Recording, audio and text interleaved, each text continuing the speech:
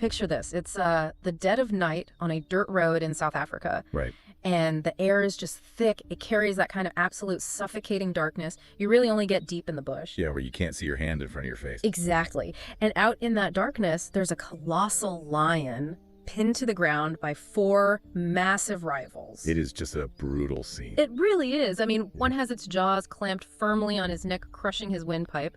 Another is tearing into his back. A third is ripping into his lower body. They break his spine. Yeah. They crush his eye socket. And, you know, the most horrifying part of this whole scene, He's still breathing. he is. He's still breathing as they begin to eat him alive. It takes 20 agonizing minutes for him to finally take his last breath. Which is an absolute eternity in that situation. And all the while, his brother, who is wounded, outnumbered, and just hiding in the shadows a few meters away, is listening to every single second of it. It is, yeah. It's a genuinely haunting piece of footage. It's hard to watch. It's the kind of raw, unfiltered violence that completely shatters our, romanticized version of the animal kingdom.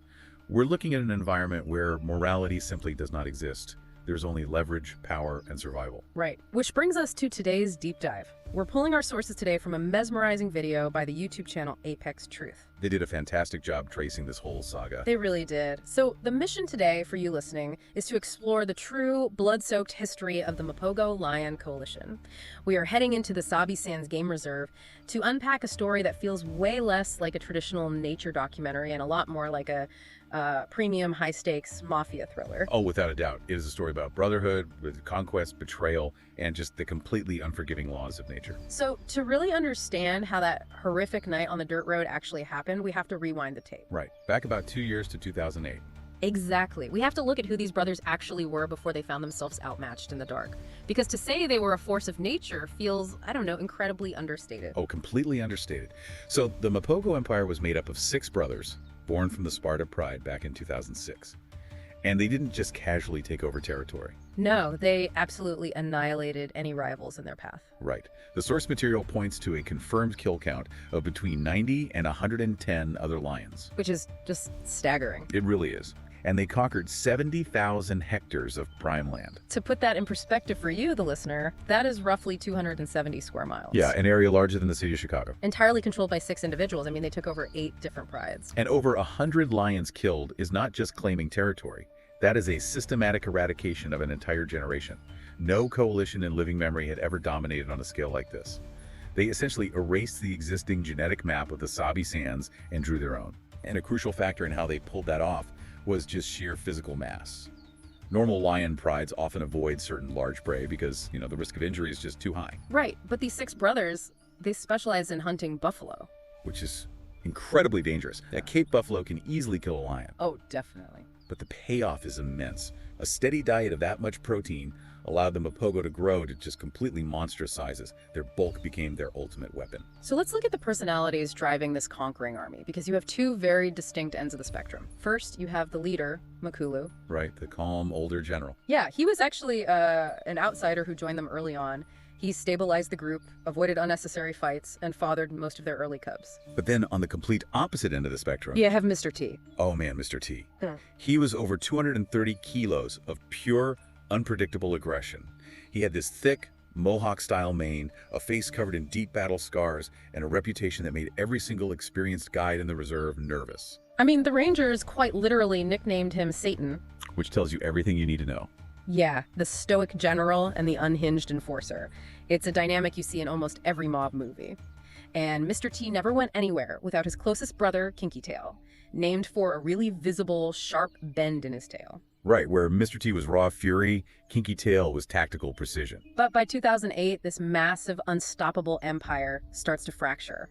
The internal tension between Makulu and Mr. T reaches a boiling point, and it causes this massive geographical split. Yeah, Mr. T and Kinky Tail pack up and move to the eastern sector, leaving the other 4 brothers in the west. But wait, let me ask you this. Was this split just a massive strategic blunder? Well, in the world of apex predators, ego and hierarchy are biological imperatives.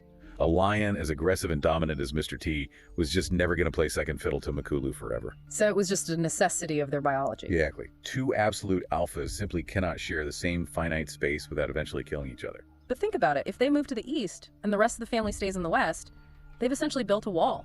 I mean, any rival male trying to move into the territory from the outside would hit the eastern border first. Yeah, Mr. T and Kinky Tail basically became the front door guards for the entire bloodline. And for 2 solid years, those two brothers defended that eastern flank entirely alone. No backup, no reinforcements, just the two of them. And they were undefeated. They would patrol side by side at night, roaring in perfect unison. And when two 230-kilo males roar together, that sonic wave carries over 8 kilometers. Wow. It was an auditory barrier that kept the rest of the continent out. So the front door stays firmly shut until June 2010. Right. Imagine being a ranger in Sabi Sands. You're used to the familiar rhythm of those two dominant brothers, but then breaking the silence of the night, you hear something eerie. Unfamiliar, aggressive, overlapping roars. And it's not 2 voices, it's not 3, it's 5. The arrival of the Jingalian coalition. Yeah, 5 brothers in their absolute prime. The largest of them exceeded 220 kilos. They had been hunting buffalo as a unit, just like the Mapogo. And they were moving through the bush, not like a roaming pride looking for scraps, but like an invading army. And they aren't sneaking in either. They are scent marking, they are roaring, they are actively advertising their arrival. So, faced with 5 titans coming to claim their land, Mr. T and Kinky Tail, they don't retreat west to find their brothers. No. On June 8th, they actively stalk the invaders. Which is wild, because most lions, hearing a larger coalition, would see the territory. Right. It's just basic survival math. You don't fight 5 prime males with just 2 aging fighters. Right. But Mr. T and Kinky Tail had spent 6 years completely rewriting that math.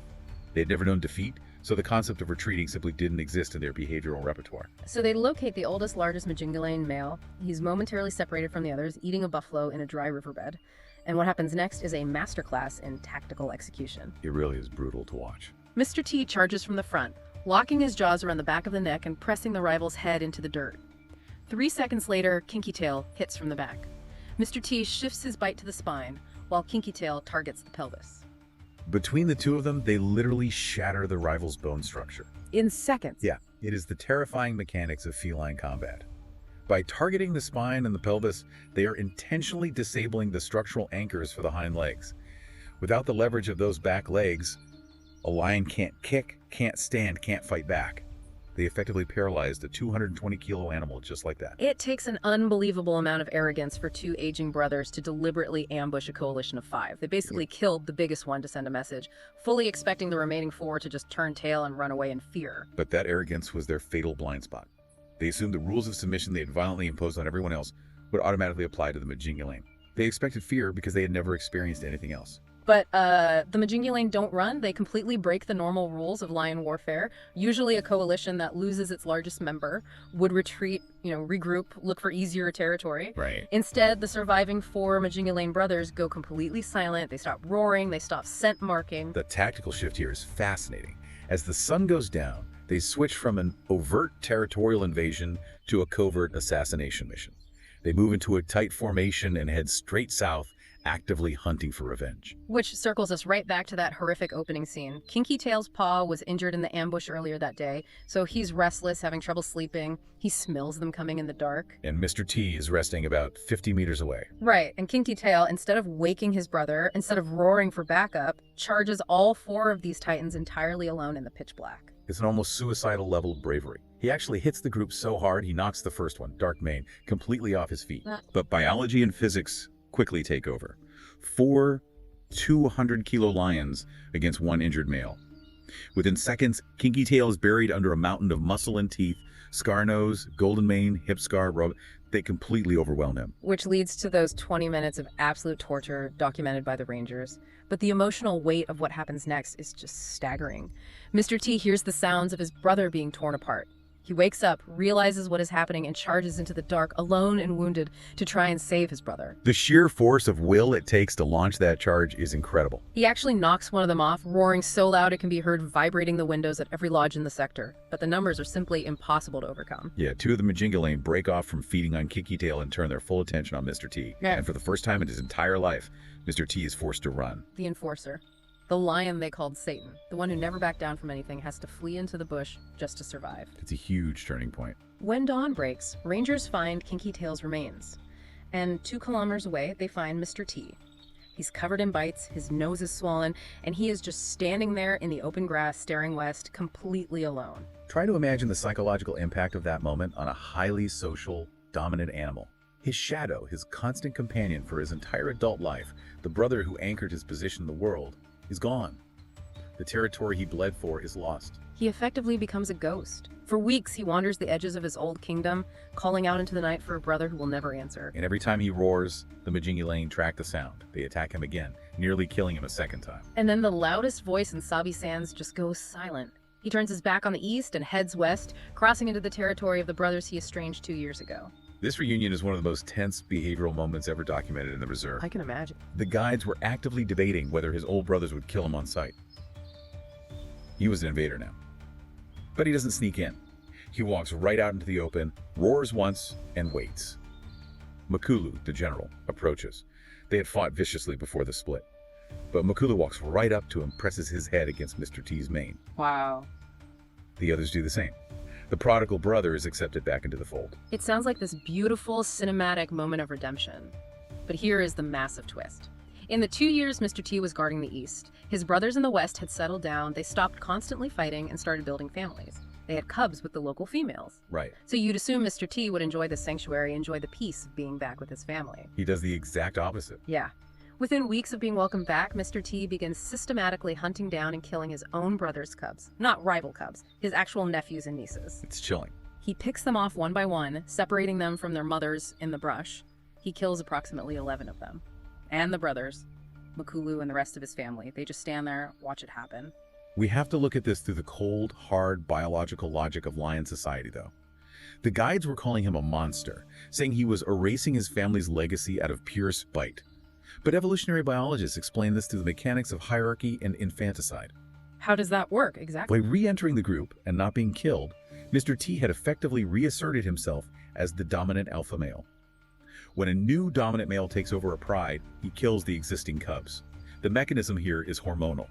Removing the nursing cubs forces the females to stop lactating and go back into estrus, meaning they become physiologically ready to mate again. So he was doing this to ensure his own specific genetic code was passed on. Exactly. And the brothers couldn't intervene because, under the rules of their hierarchy, challenging him over the cubs meant a fight to the death for control of the whole pride. Precisely that.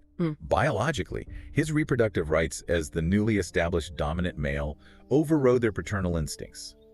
To save their cubs, they would have had to kill their brother. I have to challenge the purely biological angle here, though. I mean, is this really just textbook evolutionary strategy playing out exactly as designed?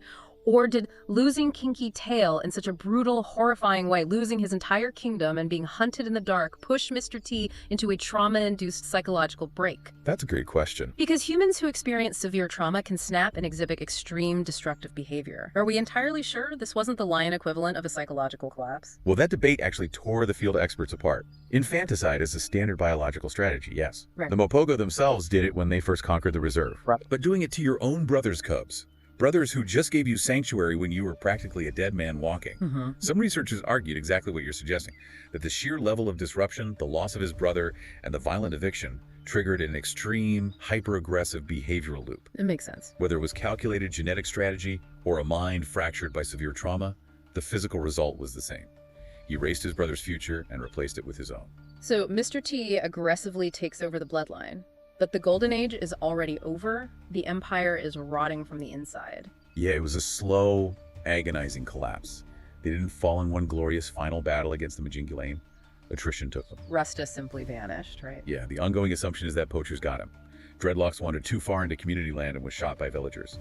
Makulu and Pretty Boy were aging rapidly past their prime. They were losing muscle mass, failing at hunts, starving, and just growing weaker by the day. If Makulu and Pretty Boy are fading, and Mr. T is the only one left with any fight in him, he's completely exposed.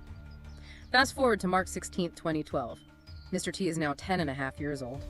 That is ancient for a wild male lion. His body has been absorbing the trauma of constant combat for a decade. And Makulu and Pretty Boy are nowhere to be found. Right, and a new coalition, 4 young males in their physical peak called the Selati, enters his territory. It is the ultimate reflection of the Jingalian invasion. 4 young, highly coordinated, powerful males against one aging, battered warrior. But here's the detail that sticks with me. Remember how Mr. T ran that night his brother was killed, the only time in his life he ever fled from a fight? Yeah. This time, facing 4 young lions entirely alone, he refuses to run. He absolutely had the option to flee. He could have melted into the bush, found Makulu and Pretty Boy, and joined them in their quiet decline. But he chose to stand his ground. A film crew actually documented his final stand. He fights all 4 of them alone, to the death. He engages with that exact same raw fury he had at his peak, but at 10.5 years old, his body just can't keep up with the physics of the fight. It's tragic. They bring him down. The lion they called Satan, the enforcer, the one who lost his brother and maybe his mind, dies fighting, refusing to give up a single inch of dirt to the next generation. The aftermath for the surviving brothers is deeply sobering too. Makulu and Pretty Boy are reduced to absolute beggars. Without territory, without a pride of females to hunt for them, these former kings become scavengers. Oh, wow. They survive by stealing scraps from leopards and chasing vultures off rotting carcasses. If they encounter even a single dominant male in the bush, they turn and walk away. Makulu actually survived to an unheard of 15 years old, but his final days were spent as a skeletal, starving shadow of the general he used to be. That's grim. They both eventually die of starvation and old age, entirely alone in the bush. And the Jingalian completely inherited the Mapogo Empire. But the grim reality of the wild is that history just rhymes. The Jingalian ruled with an iron fist for a while, but they eventually died off in the exact same brutal cycle. Old age, cumulative injuries, being picked off by younger, stronger coalitions. Right. Every single empire out there rises and falls through intense violence. It forces you to judge Mr. Tati's legacy. Was he the monster who ruthlessly murdered his own nephews to secure his bloodline? Or was he the ultimate loyal warrior, the brother who charged 4 massive lions in the pitch black to try and save his best friend? It's impossible to put him in a neat little moral box because, well, nature doesn't operate with morals. But if we pull back and look at the bigger picture, there was one last, truly mind-bending fact from the source material that you have to consider. What's that? After the Mapogo reign ended, after that unprecedented slaughter of over 100 lions, researchers noticed something incredible happening in the ecosystem. The subsequent lion litters in Sabi Sands started producing a significantly higher number of male cubs. Wait, really? How is that even possible?